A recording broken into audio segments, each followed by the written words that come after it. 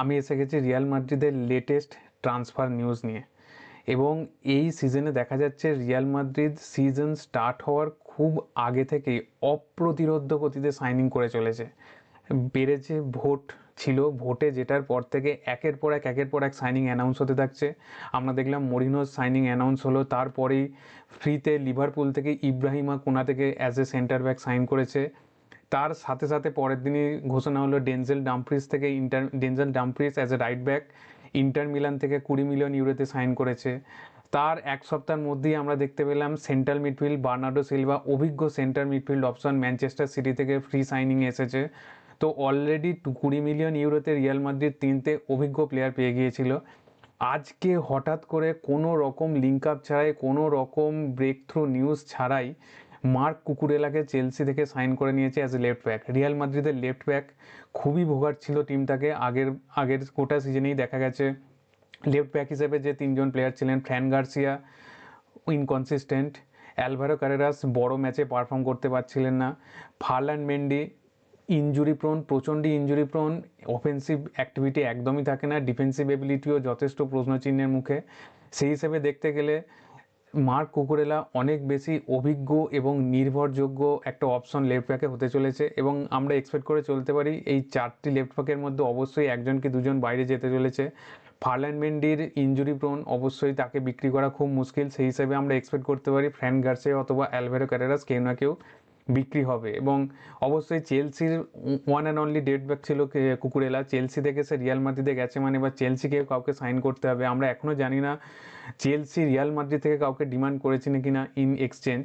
তবে ডিল যা শোনা যাচ্ছে কুকুরেলাকেও মোটামুটি 4 থেকে 5 বছরের জন্য সাইন করা হয়েছে এবং চেলসি এর জন্য পেতে চলেছে 50 to 60 মিলিয়ন ইউরোস। এখনও অ্যামাউন্ট কনফার্ম না, in between 50 to 60, around 55 million euro আমরা ধরে চলতে পারি।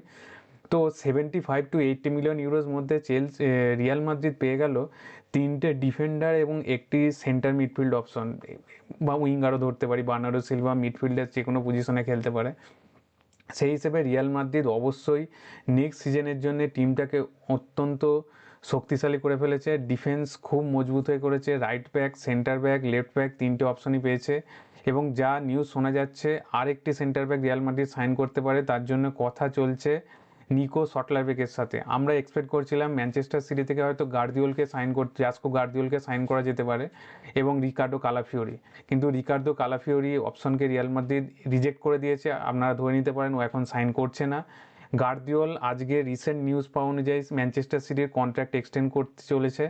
সেই হিসেবে নেক্সট অপশন পড়ে থাকছে নিকো সটলারবেক এবং আলেসান্দ্রো বাতসনির যা প্রাইস আমার মনে হয় না রিয়াল মাদ্রিদ তার জন্য ঝাঁপাবে। অবশ্যই বার্সেলোনা বাতসনির জন্য ঝাঁপাচ্ছে। সেই হিসেবে নিকো সটলারবেককে রিয়াল মাদ্রিদ কিনতে পারে, সেটাও অ্যারাউন্ড 50 to 60 মিলিয়ন ইউরোস। সে অবশ্যই আমরা এক্সপেক্ট করতে পারি ওয়ার্ল্ড কাপের মাঝামাঝি না হলে অবশ্যই ওয়ার্ল্ড কাপ মিটলেই হয়তো নিকো সটলারবেকের সাইনিং হয়ে যেতে পারে। এবং একটি সেন্ট্রাল মিডফিল্ড, অবশ্যই রিয়াল মাদ্রিদ এটার উপর খুব জোর দিয়েছে, একটি অভিজ্ঞ সেন্ট্রাল মিডফিল্ডও তারা কিনতে পারে।